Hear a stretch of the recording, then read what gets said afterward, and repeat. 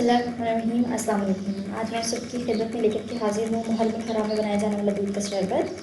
तो इंग्रेडिएंट देखते हैं। यहाँ पे 1 कप मेरे पास बादाम है क्रश किए हुए।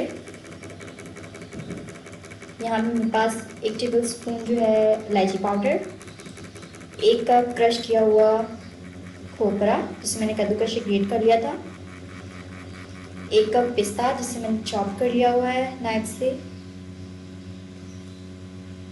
यहाँ पे मैं एक डब्बा जो है वो कंडेंस मिल्क का इस्तेमाल करूँगी, इससे टेस्ट बहुत अच्छा आता है। और इलायची फ्लेवर का जो शरबत है वो मैं इस्तेमाल करूँगी इसके अंदर। यहाँ पर मैंने 1 कप तो बालंगा इस्तेमाल किया है, जैसे कि मैंने पानी में डुब करके रख दिया हुआ है आधा घंटा पहले। ये अच्छे से फूल जाएगा और शरबत में जब डालेंगे तो बहुत अच्छा लुक आएगी। यहाँ पे मैं बनाना कस्टर्ड इस्तेमाल कर रही हूँ। ये मैं शरबत को थोड़ा थिक करने के लिए इस्तेमाल करती हूँ।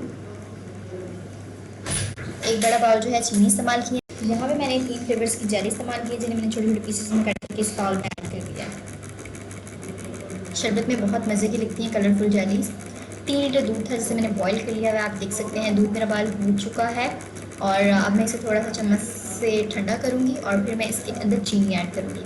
मुहर्रम हराम में बहुत ही फेमस है कि शरबत बनाया जाता है, और मैं अपने घर में दूध का शरबत इस तरह से बनाती हूँ जिसकी रेसिपी मैं आप लोगों के साथ शेयर कर रही हूँ। अब मैं इसमें चीनी ऐड कर दूँगी। नीम गर्म दूध हो चुका है। ये नीम गर्म दूध जो है वो चीनी को जल्दी डिज़ोल्व करने में मदद देता है, तो इसलिए आप पहले दूध बॉईल कर लें और फिर उसमें नीम गर्म हो जाए तो चीनी ऐड करें और फिर चीनी जल्दी से डिज़ोल्व हो जाएगी। यहाँ मैं चम्मच की मदद से चीनी को डिज़ोल्व कर रही हूँ और फिर बारी बारी इसमें हम तमाम इंग्रेडिएंट्स को ऐड करते जाएंगे। और ये रेसिपी बनाना बहुत ही आसान है, बहुत ही आसान है जिसने। अब मैं दूध में तो बालंगा ऐड कर रही हूँ। इसे अच्छे से हिला लेंगे। एक डेचकी के अंदर आपने थोड़ा सा दूध जो है वो नीम गर्म करना है और उसके अंदर आपने कस्टर्ड पाउडर डिज़ोल्व करना है। थोड़ा सा पका लें और उसके बाद अब उसको बीटर से अच्छे से बीट करें ताकि इसके अंदर लम्प्स ना बने। लम्प्स बिल्कुल भी नहीं होने चाहिए, ठीक है। अब जो कस्टर्ड मैंने बीट किया हुआ था, अच्छे से मिक्स कर लिया हुआ था, वो मैं आहिस्ता आहिस्ता दूध में ऐड कर रही हूँ। कस्टर्ड पाउडर को पके हुए दूध में मिक्स करके ऐड करने का फ़ायदा सिर्फ ये होता है कि जो हमारा दूध होता है वो थोड़ा क्रीमी हो जाता है, थिक हो जाता है। हमने अच्छे से मिक्स कर लिया है। अब मैं इसके अंदर कंडेंस मिल्क का जो वो बॉक्स था तमाम का तमाम ऐड कर दूँगी। इससे भी बहुत क्रीमी सा टेक्सचर आता है और बहुत ही मज़े का फ्लेवर बन जाता है दूध के शरबत का।